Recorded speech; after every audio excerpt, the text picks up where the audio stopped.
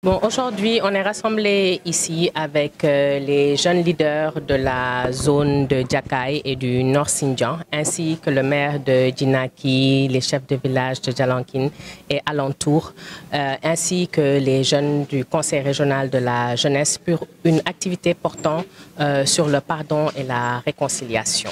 Et quand on parle de pardon et de réconciliation, on pense au dépôt des armes qui a été effectué par l'ex-faction de Djakaï le 10 mai 2023 avec une incinération des armes le 23 décembre 2023.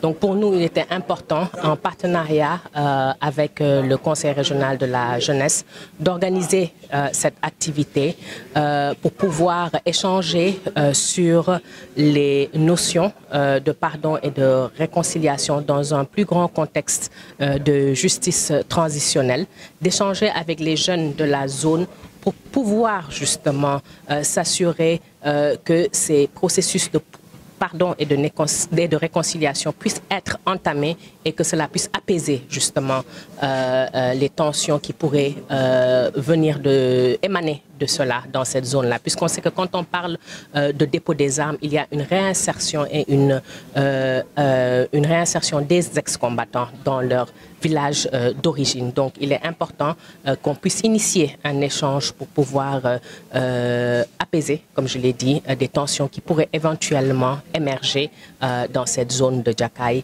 et également dans le Nord Sindian. Donc ce que nous espérons vraiment avoir au terme de cette activité, c'est d'avoir justement un dialogue qui puisse naître entre ces jeunes de la zone, les leaders de cette zone-là et aussi ces ex-combattants qui voudront revenir dans ces zones-là, ainsi que des dialogues dans la communauté pour pouvoir consolider cette paix et ce dépôt des armes qui a été initié. Oui, on a ciblé les jeunes pour les engager à vraiment participer à la consolidation de la paix.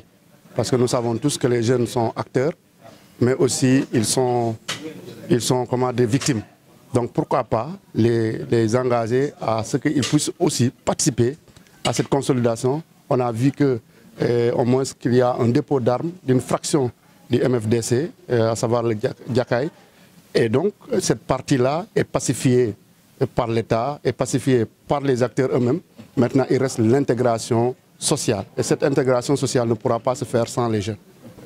C'est plus qu'une nécessité de pardonner, de se pardonner, d'accord, mais aussi de se réconcilier. Et d'autant plus que nous le savons tous, on n'y reviendra pas, par la chance que nous avons eue d'avoir franchi des pas importants dans le cadre du processus de paix. Il reste qu'aujourd'hui, il y a une impérieuse nécessité de se dire, de se pardonner. De se pardonner pour que se réinstalle le bon voisinage. De se pardonner pour que se réinstalle quand même la cohésion sociale. De se pardonner pour justement amorcer les actions véritables de développement quand même telles que notre belle région y est promise et tel que justement notre territoire est promis. Oui, en l'espèce, comme ça, on ne pourrait pas le dire de façon vraiment péremptoire, d'accord, mais par précaution, quand même, il y a lieu quand même de surveiller un peu tous les bords, parce qu'un processus de paix, il a des flux, mais il peut avoir des reflux. Et donc, c'est parce qu'il en est ainsi qu'il y a lieu justement de prendre toutes les dispositions et en particulier justement ces rencontres où il faille un peu discuter, capaciter, échanger quand même autour de tous les acteurs concernés et par rapport aux actions à mettre en place, à mettre en œuvre pour que justement cette paix-là puisse être définitive.